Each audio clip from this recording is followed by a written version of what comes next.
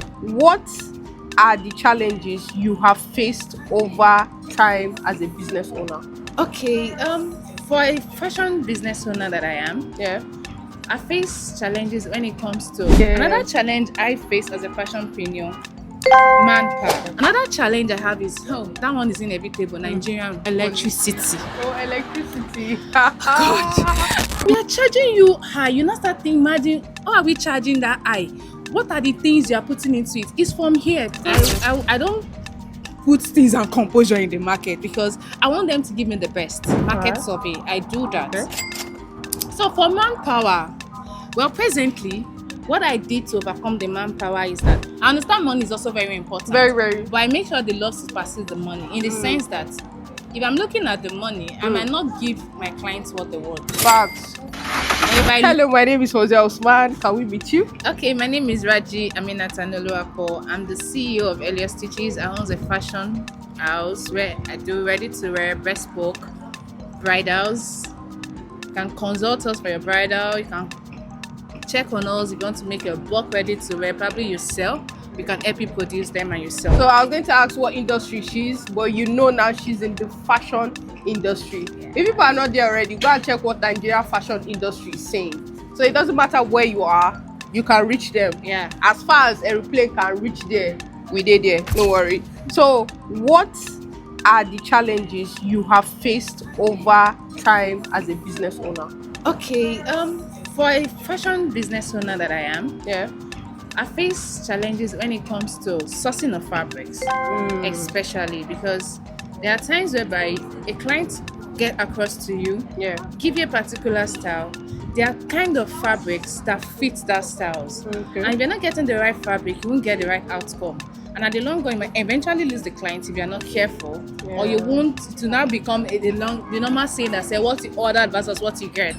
You know, that very, very popular in saying, but it comes mostly from the wrong fabric sourcing. Yeah. Another challenge I face as a fashionpreneur, manpower. Most people wants to get money, they're not ready to work. Nigerians. And it's Most. so, and the way they picture this fashion brand, like we are making a lot of money, fine and cool, but we all have stages. Let's get to know that. So if I'm employing you as a manpower to come and join me, please, if I say I can only afford to pay 50k or 150k for you per month, is what I can afford. Put in your effort and let's make it better. Because if you not put in your effort for me, I can't get more clients and I can't get to pay you. Facts. But because you think, oh, she's paying less, you're just going to make my dress anyhow it comes, clients won't be satisfied. So at the long run, manpower really affected because they just work for 2 weeks and they're off. And it affects our delivery date and our productivity. Right. Another challenge I have is that one is inevitable, Nigerian electricity. Oh, electricity. God. Mark Zuckerberg was in the country some weeks ago. They now took lights. Time, and this really helped. And this is Nigeria. They say he thought he was going to be kidnapped. Because you can't predict when they're going to take their light, and fuel is not.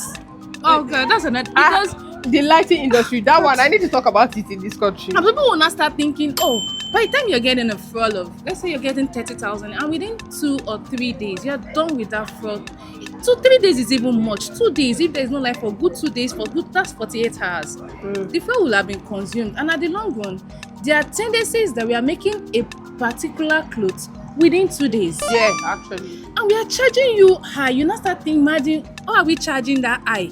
What are the things you are putting into it? It's from here because our electricity is not stable, and we have to look for other means to make sure that we meet the delivery date. So that's the main reason why we charge high, and we always, you not think, oh, our charges are high. They are not high. There are a lot of things that go into just beyond you bringing fabric and say just cut with your scissors, thread and needle. Actually. No, we have to crack our brain. We have to draft pattern. We have to, you put a lot of things. You can't just get a fabric and just sew. There are a lot of interface that needs to be imputed. There are a lot of things that needs to make the clothes look good on you. Yeah. So if we are charging you high and we want to make, you cannot call yourself, sorry, we couldn't deliver your clothes because of light. That's not a good excuse It's for a not, business. so it doesn't matter. You have to get it done. So that's also a challenge. So I think those are the 3 challenges I face presently. How long have you been in business? Let them understand. Okay, officially, I registered my business 2018 Yeah. with SUA, Yeah. and I saw. I registered my business with SUA 2018. So if I'm going to calculate it down the line, this is 7 years. Yep, 7 years. 7 years. Before registration, were you into fashion? Before registration, I was learning. But Okay. let me just use it as a learning process because I was still in school. Oh, yeah. I started learning fashion during strike. We had a Me too, 2013. 1 year strike in Yabatek. God. It was. So I had no choice. Had 6 months. Oh. I had no choice. I had to venture into learning of fashion. So even while still in school, I was learning. So as at 2017, when I ended up school, I had to dedicate the time before service year to learn. So I didn't stop there though. I also went for other trainings even while I started 2018. Oh, that's interesting. So let's say 10 years, give or take. Let's just pay that that's 7. So 7 years. That's starting point. All right, at Yeah. the starting point. Okay, so do you have any solution to your problems? I know one of your problems is manpower. Manpower in a way that you said manpower. Yes. You said electricity. Yeah, Right. fabric And then sourcing. you talked about fabric sourcing. Yeah. Okay, so how do you think we can solve those?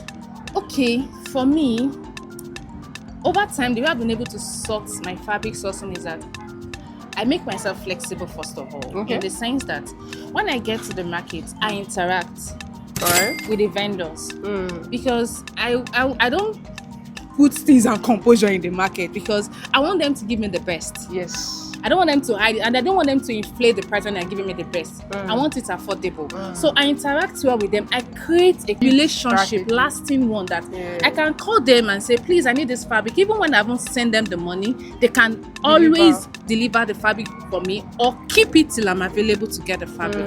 I make sure I create that relationship. Even at times when they are bringing in their goods, they can just say, oh, Eleos Stitches, oh, this fabric is available.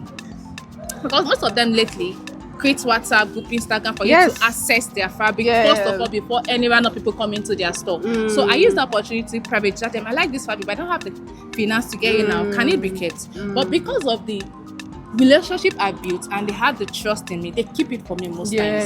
Yes. So it helps. Even when they don't have, they refer me to their best people that I know that I can get it from. So another thing I do for fabric sourcing is I take one day in a month, just stroll around the market, check out fabrics, check out appliques, just learn on it without not buying anything. Market survey, I do that. Okay. So for manpower, well, presently, what I did to overcome the manpower is that as at 2018, Yeah. or 2021, 2021, 2022, Yeah. I did a training under Lagos State. Yeah. That is this age 13 under Wakpa Texile. So after training under them, we had the opportunity to do 3-month internship, 3-month training, then 3-month internship. Yeah. So during the 3-month training, I interact. So after my internship, I was able to they also to bring me in as a facilitator. Yeah. So over time, I interact with Wakpa that when there are any internship being released, I will be able to capture them. They can bring them to my space. During their internship, I'll train them, but they also work for me. So I have double advantage. double advantage. So I pay them lesser because there's a fixed money Lagos is going to pay them for that. So I just give them stipend to encourage them. Fast. So it really helped me because No even label.